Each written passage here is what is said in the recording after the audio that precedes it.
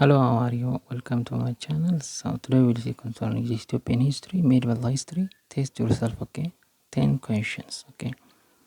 እስኪ እነዚህን 10 ጥያቄዎች ደግሞ ዛሬ ራሳችሁን ቴስት አድርጉ ማለት ነው። how much you are ready for final exam and for grade 12 ደግሞ especially for entrance exam for university, okay? Matrix. So let us try together. Pause the video. ከዛ በኋላ ፓውዝ አድርጋችሁ መልሳችሁን ሞክሩ። ከዛ በኋላ የኔ መልስና ሾርት የሆነ ኤክስፕላኔሽን ነው የምናደርገው ዛሬ ማለት ነው። Have a nice time. Let's begin. የመጀመሪያ ጥያቄ What is the main reason the Solomonic dynasty became strong after this restoration? A. Introduction of feudalism. B. Centralization of army and leadership. C. Strengthening the church's role. And D. Expansion of trade routes. By the way, advanced question ነው በነገራችን ላይ ሃርድ ነው ማለት ነው። ነው እንደትናንቱ አይደለም የሚከበድ ጥያቄ ነው። Okay, the answer is this is a point. Okay, church and states are similar. Ethiopian history ስታዩ ማለት ነው መንግስትና ሃይማኖት አንድ ሆነው ነው የሚሰሩት ማለት ነው ሳይድ ባይ ሳይድ። as a result of this strength እንዲሆን ወይም ደግሞ ተቀባይነት እንዲያገኝ ነው that was the issue. Okay, Solomonic dynasty የሚለውን ፕሮፌሲ በማስነገር ኢትዮጵያን ኦርቶዶክስ ቸርች had a great role ማለት ነው became strong after this restoration. This came to the next question. The conflict between the Christian kingdom and the Sultanate of Ifat mainly arose because of A. Religious difference. B. Demographic over trade routes. B. Demographic over trade routes. C. Control of farmland. And D. Competition for alliance. The answer is disagreement over trade routes or controlling the Zaila relative trade routes ማለት ነው። ኦኬ ባለፈውም ቪዲዮዎች ላይ ማየት ትችላላችሁ ማለት ነው። አሁን በጣም ሞር ስትረንግ ጊዜ ነው የኛው ጥያቄና ሞር አንደርስታንዲንግ እንዲኖራችሁ ነው concerning unit 7 and 8 of grade 11 new curriculum course. ኦኬ and the reason is economic ነው ማለት ነው። ያ ደግሞ ምንድነው ትሬድ routes ኮንትሮል ማድረግ ነው። ትሬድ routes that pass through the territory of Ifat later Adal ማለት ነው። What helped the Sultanate of Adal replace that as a dominant power in the region? A. Gunpowder weapons. B. Military help from the Ottoman Empire. C. Stronger leadership and governance. D. Declining trade routes. Okay, the answer is okay. That is what stronger leadership and governance ነው ማለት ነው because the militant and very aggressive groups, nationalist groups were split from the Walasma ruling family and they ran far away to the east.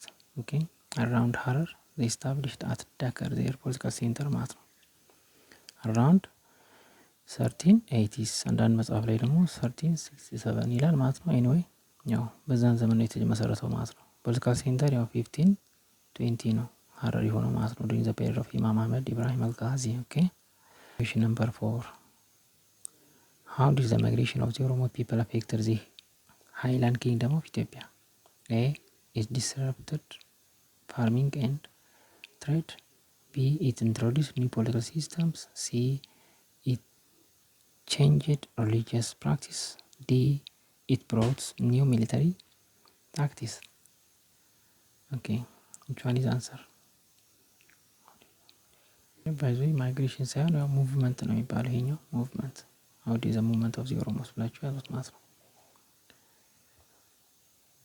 Okay, how it affected ነው የሚለው how it affect the highland kingdom of Ethiopia. The main affecting things is stagnation of trade. The answer is A, because it disrupted farming ማለት ነው. And the other is stagnated trade. Why? Because of lack of peace. Number 5. What is the most well-known feature of the Gondarian period? A. Construction of castles and royal buildings. B. Expansion of territory to the Red Sea. C. Widespread conversion to Islam. And D. Introduction of irrigation systems. Okay. The answer is A. Construction of castle and royal buildings no matter during the period of starting from Fasilides, Iyasu II, Yohannes, Bakafa, Mentewab, and so on. So this was answer ሌላውን ማለት ነው introduction of irrigation system ይላል by conversion to Islam ሊሆን አይችል expansion territory to the Red Sea ይስሐቅ ተወሰነ መቆላል however they lost especially most of what ከዛ በፊት የነበረውን ስቴታቸውን ኮንሶሊዴት ማድረግ አልቻሉም ማለት ነው even they were not able beyond አባይ ለማለት በጣም አስቸጋሪ ነበር ማለት ነው ኦኬ for instance ኢናሪያ ብቻ ነው የትርቢተሪ ስቴታቸው የነበረው እንጂ some extent ሸዋ ሌላው ግን አፈትልኮ የወጣበት ሁኔታ ነው ያለው ማለት ነው next question during the ዘመነ መሳፍንት era of princes the lack of a strong central government led to a rise of local rulers and warlords b expansion of Ethiopian land c creation of a strong central administration d economic growth due to trade the answer is a ነው ማለት ነው rise of what local rulers and warlords ጦረኛ የተፈጠረበት ዘመን ነበር ማለት ነው ዘመነ መሳፍንት ዋናው ይሄ political central or you know central government ወይም ደግሞ imperial power እየደከመ መጣ ቁጥር there was regionalism was growth for instance ትግራይ and ሸዋ became a challenge number 1 ናቸው እነሱ በጣም independent contact ነበራቸው they stopped even paying tribute to the Gondarian kings okay next question where were most of the battles fought between the Christian kingdom and Sultanate of Ifat a the Ethiopian plateau b the Horn of Africa c the Red Sea coast d Rift Valley okay Ethiopian plateau must be okay this was the reason okay during the period of study ማለት ነው because their location was northern part of ሐረርጌ ነው ያሉት ማለት ነው ኢፋቶች ማለት ነው ወለሌ is the center of home አሁን በዚህ ስም ተጠራ ከተማ የለችም I don't think so ወለሌ is the center of the ሱልጣኔት ኦፍ ኢፋት ነው ማለት ነው so ሐረር ፕላቶ አጠቃላይ ማን ግዛት ነበር የኢፋቶች ነበር ለማለት ነው so the a military expedition from the Christian kingdom from Shawa to Harar ለማለት ነው most of the time the Ethiopian plateau የሚላችሁ እዚህ ሐረርጌ ፕላቶ ለማለት ነው so the answer is a ነው ማለት ነው question number 8 okay what long term effect did the Oromo migration have on Ethiopia long term effect of the Oromo population movement በሉትኛው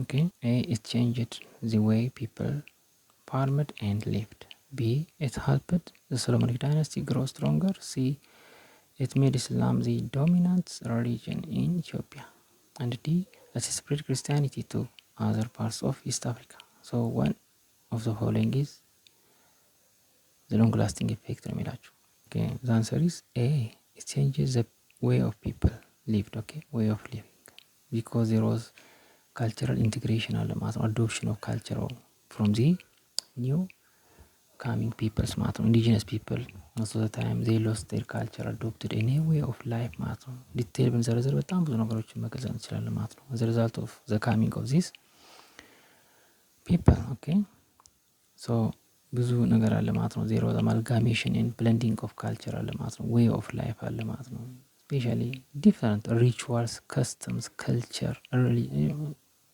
traditional religion whatever so okay number 9 the Gondarine period saw the development of a new capital what was the result of Gondar becoming the capital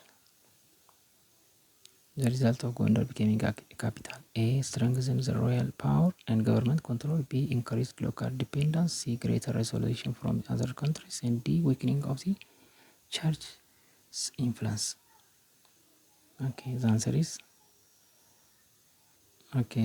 is a strength of royal power and government control because of what royal power was a consolidation of political power in Gondar ማለት ነው Gondar became a center of trade ነበረች ማለት ነው ዘይጎጥ ነበር ረቢ ነው ግልጽ ነው አንደኛው ትሬድ ወደ መተማ ሱዳን የሚሄድ ነው ኔክስት ደግሞ ወደ አድዋ ሬድ ሲ የሚያልፍ ማለት ነው ሌላው ደግሞ ሴንተር ኦፍ ኤክሰለንሲ ሴንተር ኦፍ ሪሊጅን አርባን ሴንተር ነው ማለት ነው ሶ በዛ በጣም ብዙ ሬቬኒው ያገኛሉ ማለት ነው they became strong governance establish ማድረግ ችለዋል ማለት ነው so this was